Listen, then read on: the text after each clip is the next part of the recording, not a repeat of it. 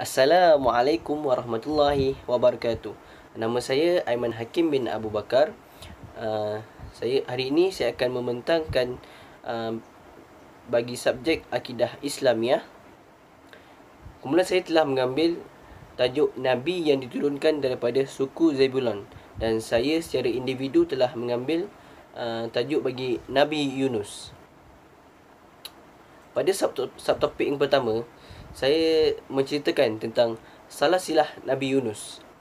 Nabi Yunus, nama yang penuhnya ialah Yunus bin Matta ataupun Yunus bin Amitai. Amitai itu ialah nama bapanya dan Matta itu adalah nama ibunya. Nabi Yunus adalah antara Nabi yang dinasabkan atas nama ibunya selain Nabi Isa. Nabi Isa dan Nabi Yunus ini dinasabkan atas nama ibu mereka. Tempoh sejarah Nabi Yunus ini bermula pada tahun 750 sebelum Masihi dan sehingga 820 sebelum Masihi. Baginda terkenal dengan julukan Zunnun yang diambil daripada peristiwa mukjizat beliau, baginda ditelan ikan. Seterusnya, dalam subtopik yang kedua, saya menceritakan tentang kisah Nabi Yunus dalam Al-Quran dan Al-Hadis. Nama Nabi Yunus, cerita Nabi Yunus banyak diceritakan di dalam Al-Quran, dan antaranya ialah kisah mukjizat Nabi Yunus yang ditelan ikan. Di dalam surah As-Saffat ayat 139 hingga ayat 146. Dan seterusnya, ada juga dalam Al-Quran yang menceritakan tentang keadaan beliau di dalam perut ikan dan doa baginda ketika di dalam perut ikan. Doanya berbunyi begini: La ilaha illa anta subhanaka inni kuntu minaz zalimin, iaitu dalam surah Al-Anbiya ayat 87. Seterusnya, bagi cerita di dalam hadis ialah Rasulullah menceritakan ketika Nabi Yunus ditelan ikan besar.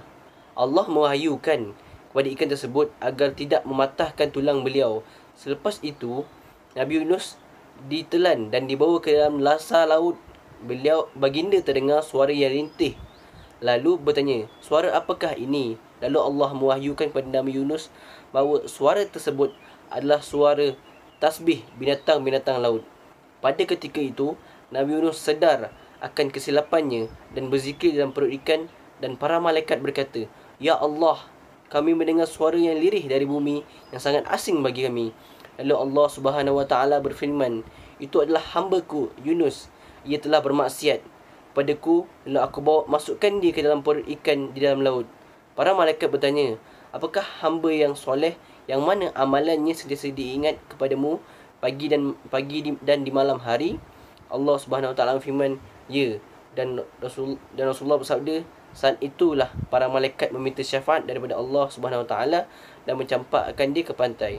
Hadis riwayat Al-Bazzar dan Ibnu Jarir. Seterusnya, bagi kisah, sebenarnya subtopik yang ketiga saya menceritakan tentang kisah Israiliyat. Kisah Israiliyat tentang Nabi Yunus ada dalam kitab Yunus, iaitu kitab yang dianggap ialah sebagai kitab-kitab dalam Perjanjian Lama. Dalam kitab tersebut menceritakan Nabi Yunus lari daripada melakukan dakwah, sedangkan di dalam agama Islam kita mempercayai bahawa Nabi Yunus itu pergi berdakwah terlebih dahulu sebelum melarikan diri dan keadaan marah oleh kerana umatnya yang tidak mengikut apa yang dikehendaki. Dan yang kedua menceritakan tentang dia meminta untuk dicampakkan ke dalam laut untuk menyelamatkan orang lain. Peristiwa ini berlaku ketika baginda berada di atas kapal, dan ketika itu laut bergelora dan terpaksa dicampak seorang untuk menyelamatkan menyelamatkan kapal daripada tenggelam. Sedangkan dalam Islam kita mempercayai bahawa baginda diundi sebanyak 3 kali dan tetap nama baginda yang keluar untuk dicampak ke dalam laut. Seterusnya, bagi mukjizat Nabi dan sains. Selepas baginda dimuntahkan oleh ikan di tepi pantai yang tandus, Allah Subhanahu Wa Taala telah menumbuhkan sejenis pokok, iaitu pohon labu. dilihat daripada sudut sains, pohon labu banyak kebaikan. Allah Subhanahu Taala bukan menumbuhkan pohon labu ini secara sengaja. Kerana sistem imun yang tergandung dalam saponin yang terdapat pada pokok labu membantu mempertahankan kulit saat menghadapi panahan sinar matahari. Oleh itu kita dapat lihat bahawa Allah menumbuhkan pohon labu ini bukan secara tidak sengaja, tetapi ada hikmahnya. Dan pohon labu juga merupakan tanaman yang kebiasaan menjadi sayur. Tanaman labu mempunyai prospek sebagai makanan diet kerana mempunyai kandungan kalori yang rendah. Bijinya berbentuk seperti kacang yang mengandungi sumber protein. Selepas itu pucuknya kaya dengan vitamin A, B dan C. Oleh itu kita dapat lihat mengapa Allah menumbuhkan pohon labu selepas Nabi Yunus dimuntahkan oleh ikan di tepi pantai. Seterusnya, bagi pandangan agama lain ialah pandangan agama Yahudi dan Kristian. Yahudi dan Kristian mempercayai tentang kitab Yunus, iaitu kitab antara 12 kitab perjanjian lama. Dalam kitab Yunus itu, nama Yunus disamakan dengan merpati, iaitu sebagai utusan Allah. Pada zaman dulu, merpati digunakan sebagai untuk menghantar utusan daripada seorang ke seorang yang lain. Oleh itu mereka menyamakan Yunus sebagai disamakan dengan merpati, iaitu sebagai utusan. Di dalam kitab tersebut, dalam kitab Yunus, Nabi Yunus dikatakan seorang yang penakut dan dendam. Hal ini kerana peristiwa beliau melarikan diri daripada berdakwah kepada kaum Ninawa. Kerana kaum Ninawa terkenal dengan perangai mereka yang sangat ganas dan suka menindas kaum yang lain. Oleh itu baginda mengambil jalan untuk melarikan diri pada melakukan dakwah kerana takut. Dan tentang perasaan dendam itu, hal ini dalam kitab ini menceritakan bahawa Nabi Yunus tahu bahawa bangsa Arsullah yang diceritakan oleh para Nabi terdahulu yang akan membinasakan bangsanya dan tanah airnya. Oleh itu, baginda mengambil jalan inisiatif untuk tidak melakukan dakwah kerana perasaan dendam dan dendam terhadap Asyur yang akan membinasakan bangsanya dan tanah airnya. Selepas itu, dalam kitab Yunus dia menceritakan tentang baginda marah kepada Allah Subhanahu Wa Taala oleh kerana Allah menarik semula bencana atau bala yang hendak diturunkan kepada kaum Ninawa selepas kaum Ninawa bertaubat. Sedangkan dalam kisah Islam kita ketahui bahawa Nabi Yunus selepas peristiwa itu beliau terus kembali dan berdakwah kepada kaum Ninawa tanpa sebarang persoalan. Seterusnya, bagi satu topik seterusnya ialah saya menceritakan tentang gejala kaum Nabi Yunus di zaman moden. Peristiwa kaum Ninawa ini kita dapat lihat antara yang berlaku ialah kepada peristiwa Aceh di Indonesia. Apabila Aceh dilanda tsunami kuat pada tahun 2004. Sebelum berlakunya tsunami itu, Aceh ialah sebuah daerah yang sangat Islamnya sangat tidak kuat dan banyak melakukan maksiat. Dan selepas berlakunya bencana itu, tsunami itu, Islam semakin kuat di Aceh dan kita dapat lihat seperti yang berlaku pada kaum Ninawa. Mereka beriman selepas datangnya satu bala, iaitu perginya seorang utusan Allah daripada kaum mereka. Dan kedua, Allah memberikan petunjuk ingin mendatangkan bala kepada mereka. Selepas itu baru mereka bertaubat dan beriman kepada Allah SWT.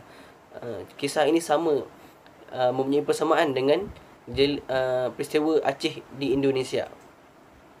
Dan seterusnya ialah sikap atau akhlak mengikut hablum minallah, hablum minan nas dan hablum minal alam. Bagi hablum minallah, baginda menunjukkan kesungguhan baginda untuk memohon ampun kepada Allah Subhanahu Wa Taala ketika baginda dalam perut ikan. Baginda mengaku kesalahan baginda. Nabi Yunus tetap berusaha untuk berdoa, tidak henti berdoa, berzikir kepada Allah kerana baginda mengetahui tentang kesalahan yang telah dilakukan, dan baginda mengakui kesalahannya dan berusaha untuk memohon ampun kepada Allah kerana ingin menjaga hubungannya dengan Allah. Seterusnya, bagi hablum minan nas, baginda tidak menyimpan dendam kepada kaumnya selepas baginda kembali. Baginda tetap berdakwah kepada kaumnya walaupun baginda telah ditimpa bala oleh kerana baginda lari pada kaumnya. Dan baginda tidak berdendam walaupun ketika baginda berdakwah pada kali pertama itu baginda dicaci, dihina. Selepas kembalinya baginda tetap berdakwah dengan baik dan menyebarkan Islam kerana ingin menjaga hubungannya dengan manusia juga. Seterusnya, bagi hablum minal alam, ketika peristiwa baginda menangis kerana pokok labu itu layu selepas baginda dimuntahkan oleh ikan. Allah telah menumbuhkan sebuah pohon labu, lalu Allah melayukan pohon labu itu kerana ingin melihat reaksi Nabi Yunus, dan baginda menangis kerana pohon labu itu sudah layu. Dan kita ketahui bahawa Nabi sangat menjaga hubungannya dengan Allah, hubungan dengan manusia dan hubungan dengan alam. Dan bagi subtopik yang terakhir ialah makam atau artefak Nabi Yunus menurut pengkaji. Pengkaji mengatakan makam Nabi Yunus berada di Gilalia, Israel. Dan makam baginda berada di sebuah daerah yang besar yang terletak di Israel. Dan pada masa kini, kota itu dikenali sebagai Kota Yunus. Kebenarannya kita tidak ketahui kerana tidak diceritakan atau tiada dalil yang membuktikan tentang makam-makam Nabi Yunus. Dan seterusnya, bagi artikel review pula, saya telah mengambil tajuk Yunus miskin visi dan tiada visi. Artikel ini ditulis oleh Sri Damarwanti dan Sukirdi daripada Indonesia. Mereka mengkaji tentang kisah dalam kitab Yunus, iaitu kitab yang dipercayai oleh kaum Yahudi dan Kristian. Di dalam artikel ini terdapat 5 dapatan kajian, iaitu yang pertama tentang deskripsi kitab. Deskripsi kitab ini menceritakan tentang kitab ini, dinyatakan bahawa kitab inilah kitab misi, dan kitab ini dinyatakan bahawa kitab ini ditulis oleh Nabi Yunus sendiri oleh kerana penggunaan penulisannya dan penggunaan bahasanya yang sederhana dan tidak berlebih-lebihan. Bagi dapatan kajian yang kedua pula ialah tentang tokoh, iaitu tentang Nabi Yunus. Dalam kitab tersebut diceritakan bahawa Nabi Yunus disamaertikan dengan burung merpati oleh kerana dianggap sebagai utusan Allah. Bagaimana kita tahu bahawa pada zaman dahulu merpati digunakan sebagai utusan untuk menyampaikan surat daripada satu tempat ke satu tempat yang lain. Bagi satu topik yang ketiga pula ialah tentang Ninawa, yang diceritakan bahawa ada 2 pendapat yang menceritakan bahawa pendapat pertama, Ninawa ialah satu tempat yang besar, dan ada juga pendapat yang menceritakan tentang Ninawa ialah tempat yang kecil. Dan seperti kita ketahui bahawa kaum Ninawa ialah kaum yang ganas dan suka membuat onar, suka membuat kacau, dan suka menjajah tempat orang lain kerana sifatnya yang ganas. Seterusnya, bagi dapatan kajian yang keempat ialah tentang reaksi Nabi Yunus terhadap panggilan Allah yang pertama. Apabila diceritakan dalam kitab Yunus tersebut ialah bahawa Nabi Yunus telah lari daripada melakukan dakwah kepada kaum Ninawa oleh kerana sifat dendamnya, kerana perasaan takutnya kerana kaum Ninawa ialah kaum yang ganas. Dan hal ini sangat bertentangan dengan pandangan agama Islam dan cerita yang sahih dalam agama Islam bahawa Nabi Yunus telah pergi untuk berdakwah terlebih dahulu, dan dakwah baginda ditolak oleh kaum Nimawa dan baginda dicaci. Kaum Nimawa mengatakan, kamu siapa? Kamu orang luar dan memaksa kami untuk mengikut ajaran kamu. Dan kaum Nimawa ialah kaum yang menyembah bahala, iaitu mengikut tradisi daripada nenek moyang mereka. Dan diceritakan baginda lari, lalu baginda pergi ke Tarsis, menaiki sebuah kapal yang ditumpang. Lalu baginda laut bergelora dan nama baginda dicabut sebanyak 3 kali, dan baginda telah dicampak ke dalam laut yang bergelora dan ditelan oleh ikan, dan telah duduk dalam ikan selama 3 hari 3 malam. Seperti yang kita ketahui, dalam Islam menceritakan bahawa dalam perut ikan itu baginda telah berdoa, berzikir semua kepada Allah. Tetapi dalam kitab Yunus ini menceritakan bahawa dalam artikel ini dapatan kajian artikel ini menceritakan bahawa Nabi Yunus baru mengetahui tentang kekuasaan Allah, bahawa baginda tidak boleh lari daripada Allah. Allah sangat berkuasa, dan ini sangat bertentangan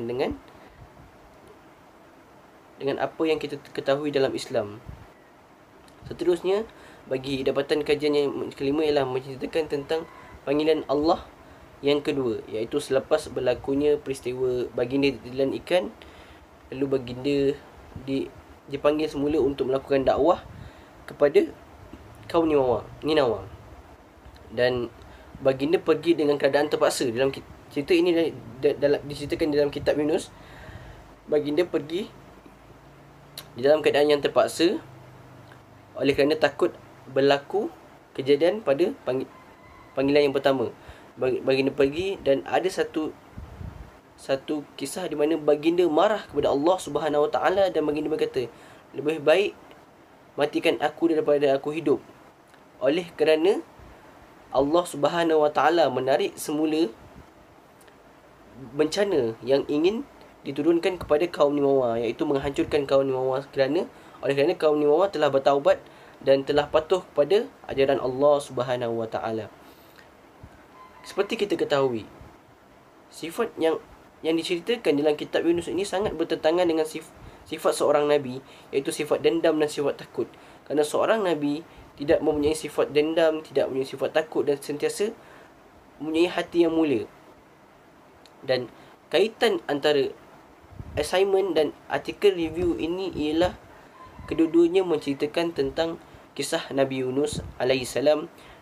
Tetapi artikel review ini ialah menceritakan tentang kisah Nabi Yunus berdasarkan kitab Yunus, iaitu pandangan agama lain, iaitu pandangan Yahudi dan Kristian.